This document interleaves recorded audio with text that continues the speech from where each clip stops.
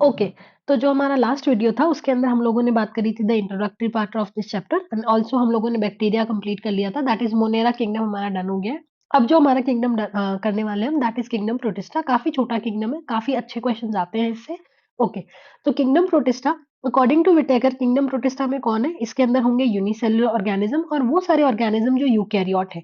अगर यूकैरियोट है इसका मतलब उनके पास में proper well defined cell organelles है, उनके आजू बाजू प्रॉपर बाउंड्रीज है, न्यूक्लियस के आजू बाजू प्रॉपर बाउंड्रीज है, करेक्ट। लेकिन जब हम प्रोटिस्टा की बात करते हैं, ये किंगडम जो है इसकी खुद की बाउंड्रीज वेल डिफाइंड है नहीं। प्रोटिस्टा के अंदर आपको कुछ ऐसे ऑर्गेनिज्म मिलेंगे जो प्लांट जैसे कैरेक्टरिस्टिक दिखाते हैं, कुछ ऐसे ऑर्गेनिज्म दिखेंगे जो एनिमल जैसे कैरेक्टरिस्टिक दिखाते हैं, और कुछ ऐसे भी दिखेंगे जो प्लांट और एनिमल दोनों के तरीके कैरेक्टरिस्टिक दिखाते हैं। फॉर एग्जाम्पल स्लाइम मोल्ड आपको दिखेगा जो डिकम्पोजर की कैटेगरी में आता है। ठीक है, आप लोगों को डाइनोफ्लेजिलेट वगैरह दिखेंगे, या फिर आपको क्राइसोफाइट दिखेंगे जो प्लांट की तरह खाना बनाते हैं, या फिर आपको युग्लिना दिखेंगे जो प्लांट की तरह खाना भी बनाते हैं और अगर खाना नहीं मिला तो वो भी डिकम्पोजर की तरह बिहेव करते हैं। बोले तो किंगडम प्रोटिस्टा के जो मेंबर्स है उनकी जो बाउंड्री है वो बिल्कुल भी डिफाइंड नहीं है। किसी के लिए एक प्लांट है कोई मेंबर, तो किसी के लिए कोई मेंबर एनिमल है, तो उनकी कैरेक्टरिस्टिक इसके हिसाब से डिफाइन हो जाता है। ठीक है, तो पहली चीज़ है इसकी बाउंड्रीज़ वेल डिफाइंड नहीं है, यहाँ से क्वेश्चन आ रखा है। दूसरी चीज़ है प्रोटिस्टा के ऑलमोस्ट ज़्यादातर सारे बंदे जो है वो एक्वेटिक है, पानी के अंदर रहेंगे, ठीक है? ये कहीं न कहीं लिंक बनाता है, इसके जो मेंबर्स होंगे उनके अंदर आपको वो सारे कैरेक्टरिस्टिक दिखेंगे जो इनके ऊपर वाले किंगडम में अवेलेबल। फॉर एग्जाम्पल प्रोटिस्टा से ऊपर कौन आता है? फंजाई, फंजाई से ऊपर कौन आता है? प्लांटे, और प्लांटे से ऊपर कौन आता है? एनिमेलिया। तो बोले तो अगर हम प्रोटिस्टा को जब देखेंगे तो ये लिंक बना के बिठाता है प्लांट के बीच में, एनिमल के बीच में और फंजाई के बीच में। आपको इसके अंदर बहुत सारे ऐसे कैरेक्टरिस्टिक मिलेंगे जो फंजाई जैसे भी हो सकते हैं, जैसे स्पोर बनाना, एनिमल जैसे भी हो सकते हैं जैसे सेल वॉल का प्रेजेंस ना होना, या प्लांट जैसे भी हो सकते हैं जैसे सेल वॉल होना और फोटोसिंथेसिस करना। तो आपको तीनों के कैरेक्टरिस्टिक कहीं ना कहीं इसके अंदर मिल जाएंगे, इसीलिए मैंने शुरू में बोला कि इनकी बाउंड्री वेल डिफाइंड है ही नहीं। ठीक है, अब क्योंकि ये यूकैरियोट में आते हैं तो मैंने जैसा आपको बताया न्यूक्लियस है, बाकी मेम्ब्रेन बाउंड ऑर्गेनल्स भी यहाँ पे मिलेगी। अब अगर यहाँ पे कुछ मेंबर्स के अंदर फ्लैजिला है, तो अगर फ्लैजिला होगा या सीलिया होगा तो उनका अरेंजमेंट अलग होगा। बैक्टीरिया का अरेंजमेंट था 1+0 फ्लैजिला का, और क्योंकि ये यूकैरियोट है तो उसका अरेंजमेंट क्या हो जाएगा? 9+2। प्रोटिस्टा दोनों तरीके का रिप्रोडक्शन करता है, एसेक्सुअल भी होगा, सेक्सुअल भी होगा। अगर हम सेक्सुअल रिप्रोडक्शन की बात करें तो ऑब्वियस सी बात है आपको वहां पे गैमीट बनाने पड़ेंगे, फिर गैमीट फ्यूज करेंगे और जाइगोट का फॉर्मेशन भी आएगा। ठीक, अब सबसे पहले प्रोटिस्टा की पहली कैटेगरी हम पढ़ते हैं, that is your chrysophytes. Chrysophytes के अंदर आपको दो मेंबर्स मिलेंगे, एक होगा डाई एटम्स और एक होगा डेस्मिड, जिसको आप गोल्डन एल्गी भी बोलते हो। अब डेस्मिड इस जगह के अलावा एनसीईआरटी में और कहीं नहीं है, तो हमको डिटेल में डेस्मिड पढ़ना ही नहीं है, हमको सिर्फ डाई एटम्स पढ़ने हैं। ठीक है, अब सबसे पहले बात करते हैं इनके हैबिटेट की, कहाँ पे रहते हैं। ये आपको फ्रेश वाटर में भी मिलेंगे, आपको मरीन वाटर में भी मिलेंगे। ज्यादातर सारे मेंबर जो होते हैं क्राइसोफाइट के वो फोटोसिंथेटिक होते हैं। ठीक है, और ये पैसिवली फ्लोट करते हैं। पैसिवली फ्लोट करने का मतलब क्या है कि इनके अंदर फ्लैजिला या फिर इनके अंदर सीलिया नहीं है, क्योंकि बेटा जी अगर फ्लैजिला और सीलिया होते तो वो तो एटीपी यूज करते हैं, और अगर एटीपी यूज करेंगे तो एक्टिवली फ्लो करेंगे, ऑब्वियस सी बात है। लेकिन इनके पास में सीलिया और फ्लैजिला नहीं है, इसीलिए एटीपी का यूज नहीं होता है, इसीलिए पैसिवली जहां जो चीज पानी जहां जाएगा वही उसके साथ में ये फ्लोट करके चले जाएंगे, ऐसा। ठीक, आगे हम बात करते हैं इनके अंदर डाई एटम जो होते हैं, डाई एटम मतलब डिवाइडेड इनटू टू। अगर हम ढंग से देखें तो इनकी सेल वॉल जो होती है वो दो टुकड़ों में बटी हुई है, जैसे एक साबुनदानी नहीं होती, साबुनदानी का एक ऊपर का ढक्कन होता है एक नीचे का ढक्कन होता है, तो एक ऊपर का ढक्कन और एक नीचे का ढक्कन, ऐसे सेल वॉल होती है। तो सेल वॉल दो पार्ट में डिवाइडेड है, ऊपर वाले को आप बोलोगे एपिथेका, नीचे वाले को आप बोलोगे हाइपोथेका। तो सोप बॉक्स की तरह आपस में ओवरलैपिंग शेल्स है। ठीक है, इसकी जो सेल वॉल होती है उसके अंदर बहुत बार सिलिका का डेपोजिशन होता है, और सिलिका का डेपोजिशन होने की वजह से ये इनडिस्ट्रक्टिबल होती है, ऐसी कोई चीज है नहीं ऐसा जो इसको डिस्ट्रक्ट कर पाए।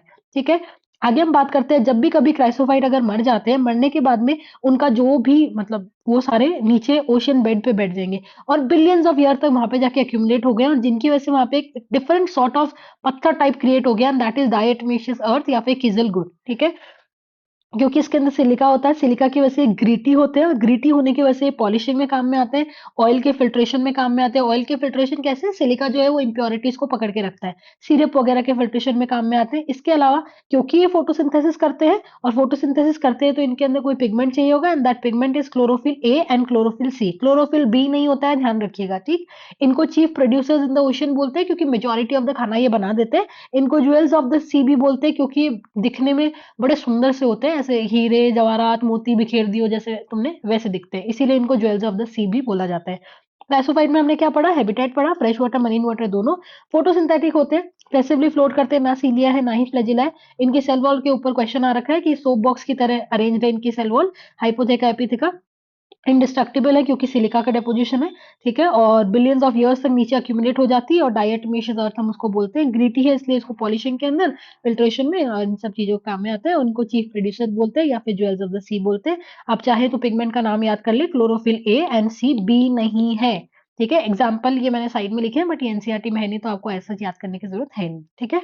अगला, अब जो सेकंड कैटेगरी है that is your dinoflagellates. Dinoflagellates की बात करते हैं। इनका जो डिवीजन होता है, जैसे क्राइसोफाइट का डिवीजन जो होता है उसको हम बोलते हैं क्राइसोफाइटा, वैसे डाइनोफ्लैजिलेट का जो डिवीजन होता है उसको बोलते हैं pyrrophyta. Pyro is referring to fire.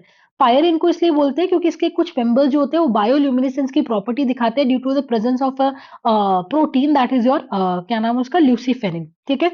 डाइनोफ्लैजिलेट हमने शुरू में बोला था कि majority of the members of your this protista they are aquatic, तो ये भी एक्वेटिक होते हैं। एक्वेटिक दोनों जगह मिलेंगे आपको, मरीन भी मिलेंगे, पर ज्यादातर मेंबर मरीन होते हैं इसके, और आपको फ्रेश वाटर में भी मिलेंगे, ठीक है। ये भी फोटोसिंथेटिक होते हैं, लेकिन इनके अंदर भी पिगमेंट ए और सी ही रहेगा। इनके कलर वेरीड है, ये आपको येलो कलर में भी दिखेंगे, ग्रीन कलर में भी दिखेंगे, ब्राउन कलर में भी दिखेंगे, नीले रंग में भी दिखेंगे और लाल रंग में भी दिखेंगे, डिपेंडिंग ऑन द पिगमेंट की इनके अंदर पिगमेंट कौन सा है। जैसा पिगमेंट होगा वैसा ही कलर आएगा, ऑब्वियस सी बात है। अब इनकी जो सेल वॉल होती है वो सेल्यूलोज से बनी हुई होती है, पूरा सेल्यूलोज है, लेकिन वो सेल्यूलोज ऐसे यूनिफॉर्मली डिस्ट्रीब्यूटेड नहीं है, वो ऐसे प्लेट के फॉर्म में है, ठीक है। तो हम बोलते हैं कि इनके ऊपर जो है वो स्टिफ सेल्यूलोजिक प्लेट है, और इसकी वजह से ये थोड़ा सा ऐसा जैसे आर्मर नहीं होता जो तुम्हारे वो क्या बोलते हैं, शोल्डर वगैरह जो लगाते हैं आगे की तरफ बचने के लिए, ठीक है, वैसा है। तो इसको इसीलिए आर्मर्ड एल्गी या आर्मर्ड डाइनोफ्लैजिलेट भी बोलते हैं। तो ऐसा प्लेट के फॉर्म में इसके ऊपर लगे हुए रहते हैं, ठीक। इसके अंदर आपको ज्यादातर मेजोरिटी ऑफ द मेंबर्स के अंदर दो फ्लैजिला मिलेंगे, एक फ्लैजिला जो ऐसे है और एक फ्लैजिला जो ऐसे है। तो एक लॉन्गिट्यूडनल है अलोंग द लेंथ, और एक ट्रांसवर्स है, फरो के अंदर प्रेजेंट है, बीच में थोड़ा सा स्पेस होता है वहां प्रेजेंट होंगे, ठीक। डाइनोफ्लैजिलेट का एक मेंबर है जो कि रेड कलर के जो होते हैं, स्पेशली एग्जांपल दे रखा है गोनियोलेक्स। इसकी वजह से कभी-कभी ये बहुत ज़्यादा रिप्रोड्यूस करता है, और फिर पानी के अंदर आपका जो पानी है वो लगभग लाल ही दिखने लग जाता है, जिसको आप बोलते हो रेड टाइड, ठीक है।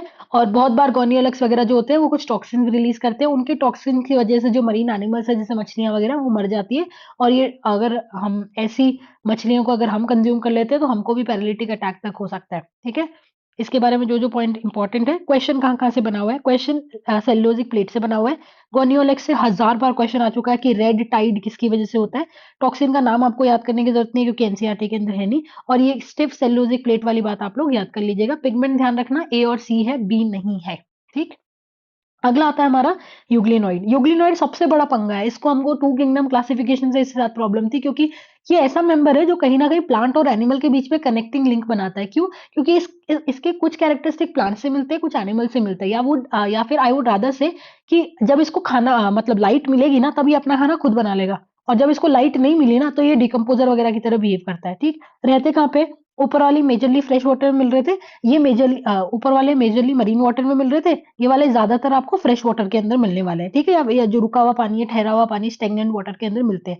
इनके अंदर सेल वॉल नहीं है। सेल वॉल नहीं होना किसका कैरेक्टरिस्टिक है, एनिमल का। लेकिन इनके अंदर एक प्रोटीन से बनी हुई, प्रोटीन रिच है, प्रोटीन के अलावा भी और भी चीजें होती है, कार्बोहाइड्रेट वगैरह भी है, ठीक है। लेकिन प्रोटीन रिच एक लेयर होती है जो होती है पेलिकल, और उस लेयर की वजह से थोड़ा सा फ्लेक्सिबल होता है, ठीक। इसके अंदर भी दो फ्लैजिला मिलेंगे, एक छोटा फ्लैजिला और एक आपको मिलेगा बड़ा फ्लैजिला, ठीक है। अगर इसको आप लाइट दो दोगे तो ये लाइट दे दोगे तो ये फोटोसिंथेसिस कर लेगा, और अगर लाइट नहीं दोगे तो ये हेटेरोट्रॉफ की तरह बिहेव करेगा, प्रीडेटर की तरह बिहेव करता है, छोटे छोटे जानवरों को खा जाएगा, ठीक।